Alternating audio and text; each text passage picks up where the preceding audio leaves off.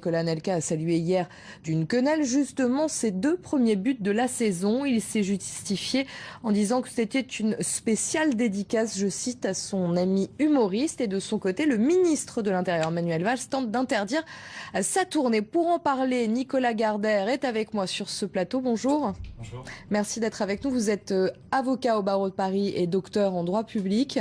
Alors, le ministère de l'Intérieur, je le disais, est en train d'étudier les moyens pour interdire ces spectacles. Que peut-il faire concrètement ? Très honnêtement, à vrai dire, pas grand-chose. Déjà, notera la méthode. J'ai récemment défendu Serge Ayoub. Vous vous souvenez de cette affaire Clément Méric. Et déjà, on avait cette idée de... Voilà, le gouvernement étudie les façons, les méthodes, les moyens juridiques pour dissoudre, pour interdire, en l'occurrence avec Dieudonné.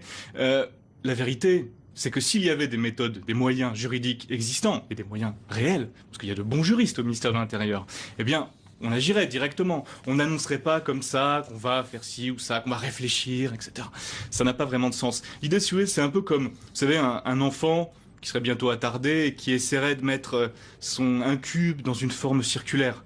Et on est un peu dans cette perspective, si vous voulez. Les moyens de droit n'existent pas vraiment. Ou alors, en ayant une interprétation extrêmement, presque frauduleuse, extrêmement large de la règle de droit, qui irait à l'encontre de la règle, à l'encontre de la jurisprudence. Mais bon, on va essayer de trouver un moyen quand même. Et donc on l'annonce.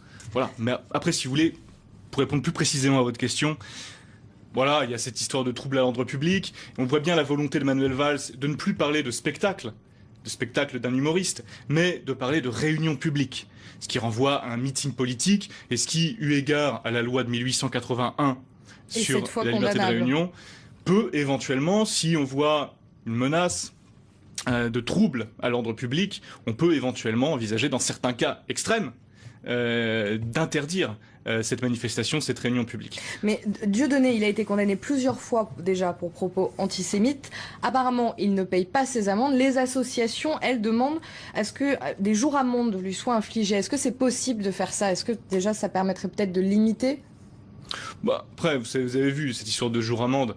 Je crois que, si je me souviens bien, Dieudonné a fait une vidéo où il expliquait, parce que le jour amende, si vous le payez pas, vous allez en prison. Le nombre de jours, enfin une peine courte forcément, mais voilà, il en a fait, voilà, c'est gorge chaude, il s'est presque réjoui de pouvoir aller en prison. Il était presque déçu après sa dernière condamnation de ne pouvoir aller en prison puisque la peine de jour amende n'a pas été retenue. Voilà, après il paye pas ses amendes, c'est une chose. Bon, so what ? C'est pas parce qu'il ne paye pas ses amendes, c'est pas parce qu'il a été condamné pour un certain nombre de faits, que par ailleurs on doit lui interdire ses spectacles, et surtout par anticipation. C'est-à-dire avant même l'éventuelle commission d'une infraction, on va interdire le spectacle de Dieudonné. Justement, où se trouve la liberté d'expression dans ces cas-là ? Parce qu'on a du mal à situer. C'est un vrai sujet, si vous voulez. La liberté d'expression, c'est pas un absolu.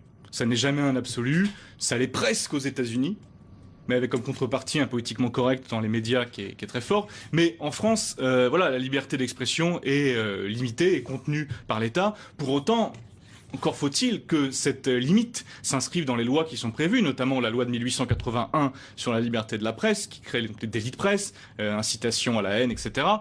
Là, vraiment, est-ce qu'on se trouve dans un cas pénal ? Est-ce que c'est légitime ? Est-ce que cette interdiction comme ça, globale, totale, cette mise à mort de Dieudonné est réellement légitime, repose sur quelque chose de fondé en droit ? Je ne le pense pas. On est vraiment dans une logique d'un gouvernement qui va trop loin.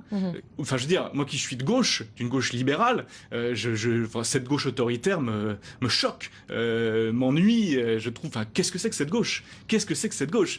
Et voilà, on en est à interdire des associations, à interdire des spectacles, à interdire l'humour, parce qu'au-delà de Dieudonné, homme politique, ce qu'il est peut-être, je suis pas un grand fanatique de ce garçon, mais je préfère Pierre Desproges, qui était un artiste dégagé, comme il disait lui-même. Mais tout ça va trop loin. Tout ça va bien trop loin. Merci en tout cas, Maître Nicolas Gardère, d'avoir été avec nous et d'avoir répondu à nos questions. On comprendra, pour l'instant, c'est plutôt le flou, en tout cas, concernant ce cas-là. Merci. Et on passe au reste de l'actualité. Au Liban, les funérailles de Mohamed